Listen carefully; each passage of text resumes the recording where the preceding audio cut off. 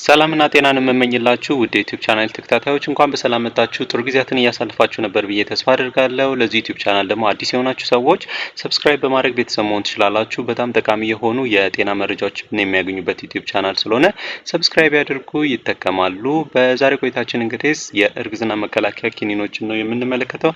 እነዚህ የእርግዝና መከላከያ ኪኒኖች እንግዲህ ብዙ ጊዜ ሰምታችሁ ሊሆን ይችላል እና እንዴት እንደምንጠቀም መቼ ነው መወሰድ ያለባቸው፣ የተከለከሉትስ መቼ ነው፣ እንደገናም ደግሞ ምን አይነት የጎንዮሽ ጉዳቶችን ያደርሳሉ የሚለውን እንመለከታለን። እስከ ፍጻሜው ድረስ አብራችሁን ቆዩ።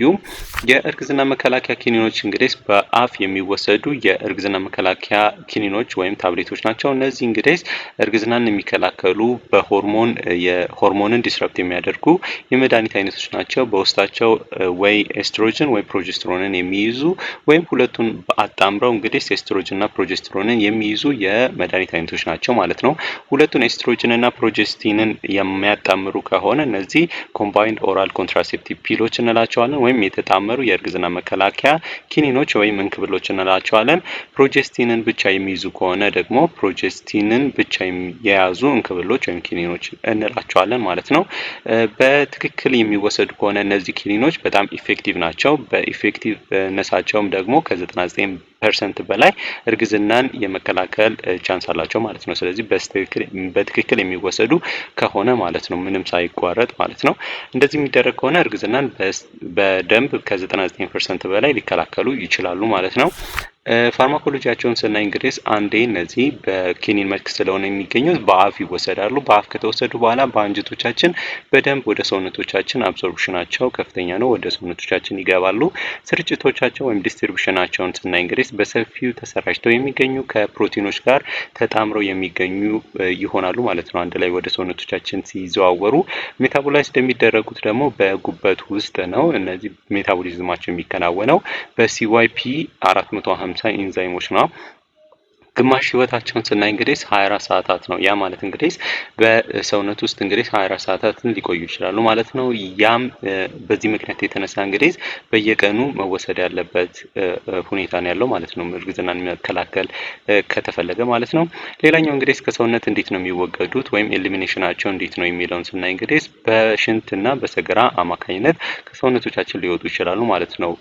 ያልተወሰደው ከአንጀቶቻችን ያልተወሰደው በሰገራ መልክ ሲወጣ በሰውነቶቻችን ውስጥ የገባው ደግሞ በኩላሊቶቻችን አማካኝነት አድርጎ በሽንት መልክ ሊወገድ ይችላል ማለት ነው። ተግባሮቻቸው እንዴት ነው?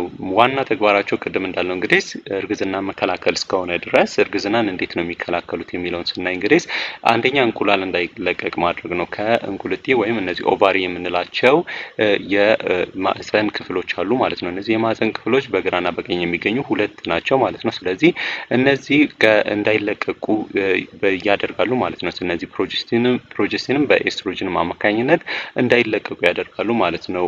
እነዚህ እንቁላሎች ማለት ነው። እንቁላሎቹ ካልተለቀቁ አንደኛ ፈርቲላይዜሽን ሀፕን አያደርግም ወይም አይከናወንም። ያም እንግዲህ የወንድ ዘር ምንም ያህል ቢመጣ ከእንቁላል ጋር ካልተገናኘ ልጅ ሊፈጠር አይችልም፣ ወይም ፈርቲላይዜሽን ወይም ኦቨም ሊፈጠር አይችልም ማለት ነው። ሌላኛው ደግሞ የማህፀን በርን ፈሳሽን ማወፈር ነው። እንግዲህ እነዚህ ፕሮጀስቲን የሚባል ሆርሞን የያዙት እንግዲህ በጣም አንፌቨረብል የሆነ ኢንቫይሮንመንት ነው ለእንትን የሚያደርገው ማለት ነው። የማህፀን የውስጠኛው ሽፋን በጣም ለውጥ እንዲያደርግ እና የዳበረ እንቁላል ራሱ ምናልባት ተለቆ ቢሆን እንኳን ከኦቫሪ ወይም ከእንቁልጤ እና ደግሞ የወንድ ዘር ፍሬ ጋር ተገናኝቶ ቢሆን ማለት ነው፣ የወንድ ዘር ጋር ተገናኝቶ ቢሆን ራሱ ወይም ልጅ ተፈጥሮ ቢሆን ራሱ አንደኛ እንዳይ አታች እንዲያደርግ ወይም ፈርቲላይዝድ የሆነው ኤግ እንዳይተካ ያደርጋል ማለት ነው። እንዳይተከል ካደረገ አንደኛ ልጁ ጽንሱ ወይም ሊያድግ አይችልም ማለት ነው። ያንን ማድረግ ይችላል።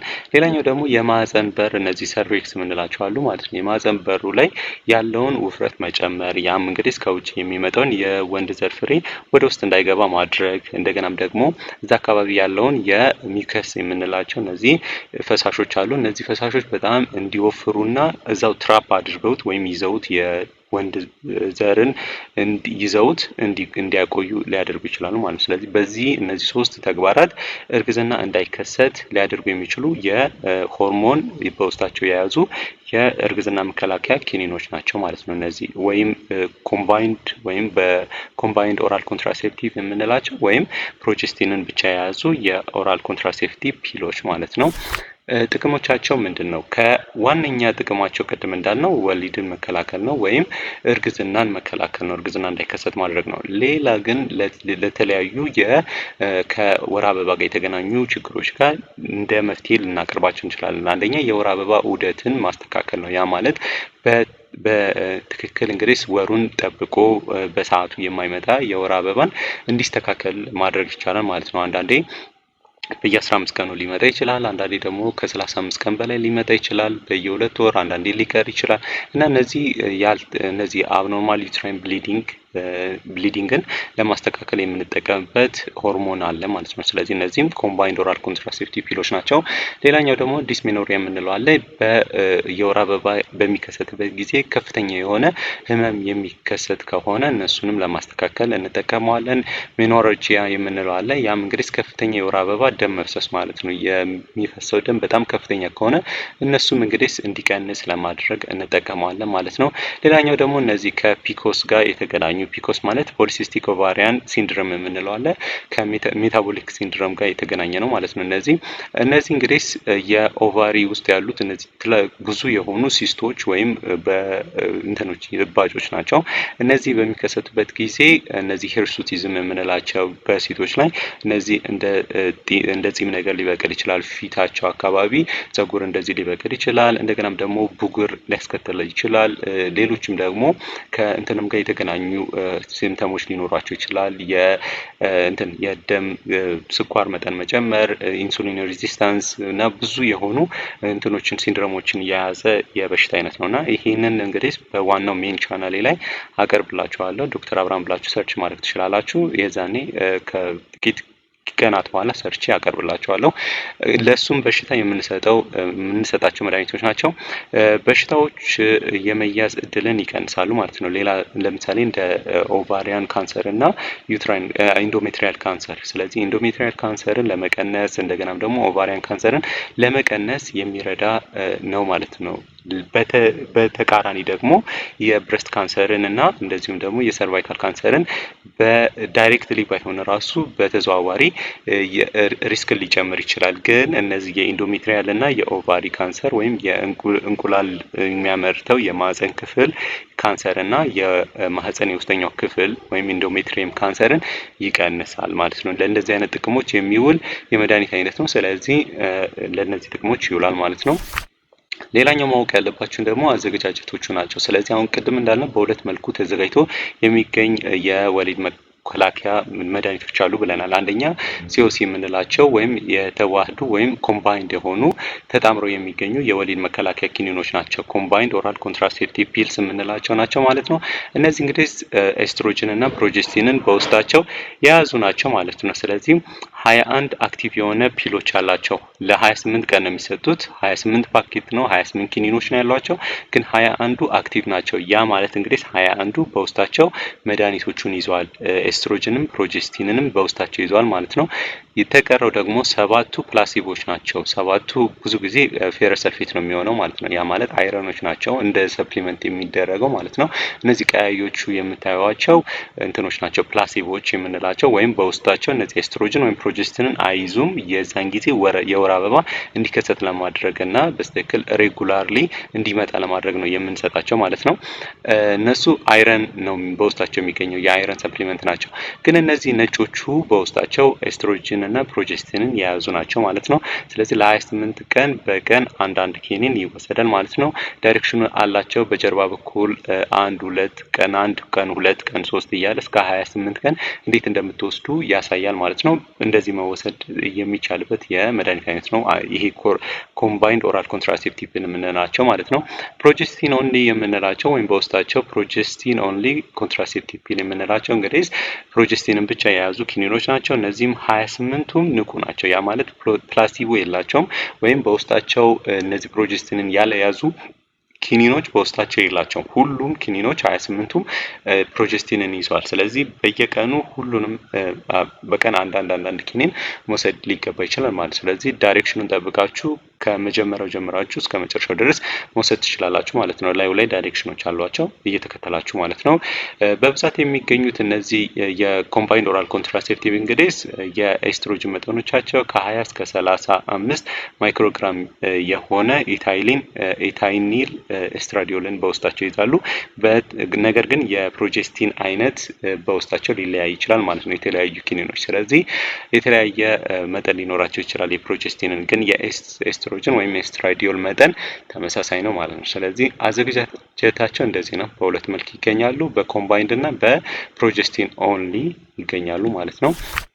አሰጣጡ እንዴት ነው የምንለውን ስናይ እንግዲህ በመደበኛ እንግዲህ እነዚህ መድኃኒቶቹ የሚሰጠው በየቀኑ በተመሳሳይ ሰዓት በአንድ ኪኒን መውሰድ ያስፈልጋል ማለት ነው። ስለዚህ ዳይሬክሽኑ አለን እዚህ ጋር ምስል ላይ እንደምታዩት እንግዲህ ቀን አንድ እያለ ነው። ስለዚህ 1 2 3 እያላችሁ ጀስት ይህን ተከትላችሁ መሄድ ነው ማለት ነው። ስለዚህ በየቀኑ በተመሳሳይ ሰዓት አንድ ኪኒን መውሰድ ይቻላል። የመጀመሪያ ቀን ለምሳሌ ለመጀመር መቼ ነው መጀመሪያ ያለብኝ ብላችሁ የምትጠይቁ ከሆነ የወር አበባ በሚመጣበት የመጀመሪያው ቀን ይመረጣል ማለት ነው። ስለዚህ በሚመጣበት ቀን መውሰድ ትችላላችሁ። ፈጣን ጅምር ደግሞ ለምሳሌ በማንኛውም ቀን ድንገት መውሰድ አለብኝ ብለው ካሰቡ ደግሞ በማንኛውም ቀን መውሰድ ትችላላችሁ። ግን ተጨማሪ ለ7 ቀናት ተጨማሪ የእርግዝና መከላከያ ኪኒኖችን መያዝ ያስፈልጋል ማለት ነው። እነዚህ ኪኒን እንግዲህ መውሰድ ሲዘል እንግዲህ መቼ ነው ድንገት ተሳስተው ወይም ረስተው የሆነ አንድ ቀን ረስተው ሳይወስዱ ቢተው ማለት ነው ኮምባይንድ ኦራል ኮንትራሴፕቲቭ ፒል ማለት ነው። አንድ ኪኒን ከተዘለለ በተቻለ ፍጥነት መውሰድ ይቻላል ማለት ነው። ሁለት ኪኒን ደግሞ ወይም 2 ቀን እና ከዛ በላይ ኪኒኖችን ከዘለሉ በመጨረሻ የተዘለለበትን ቀን ከወሰዱ በኋላ ለ7 ቀናት እንደ ተጨማሪ ኪኒኑን መቀጠል ሊያስፈልግ ይችላል ማለት ነው። ስለዚህ እነዚህን መውሰድ ትችላላችሁ። ስለዚህ በጀመሩበት ቀን ሳይቋርጡ ለ28 ቀናት በተከታታይ መውሰድ ያስፈልጋል ማለት ነው። እነዚህ ኢፌክቲቭ እንዲሆን ወይም እርግዝና በትክክል እንዲከላከል ከተፈለገ ማለት ነው። የጎንዮሽ ጉዳቶቹ ምንድነው? ብዙ ጊዜ የጎንዮሽ ጉዳቶችን ላትሰሙ ትችላላችሁ እና የጎንዮሽ ጉዳቶቹን ልክ እንደ ማቅለሽለሽ አይነት ስሜት ሊሰማዎት ይችላል። እንደገና የጡት አካባቢ ህመም ሊሰማ ይችላል። ራስ ምታት ሊሰማቸው ይችላል። አብዛኞቹ ሰዎች ኮምፕሌን የሚያደርጉ እንደገናም ደግሞ ያልተጠበቀ ድንገት በወር አበባ መካከል ለምሳሌ በየ28 ቀን የሚመጣ የወር አበባ ከሆነ መሀል ላይ ድንገት የደም መፍሰስ ሊያጋጥም ይችላል ማለት ነው።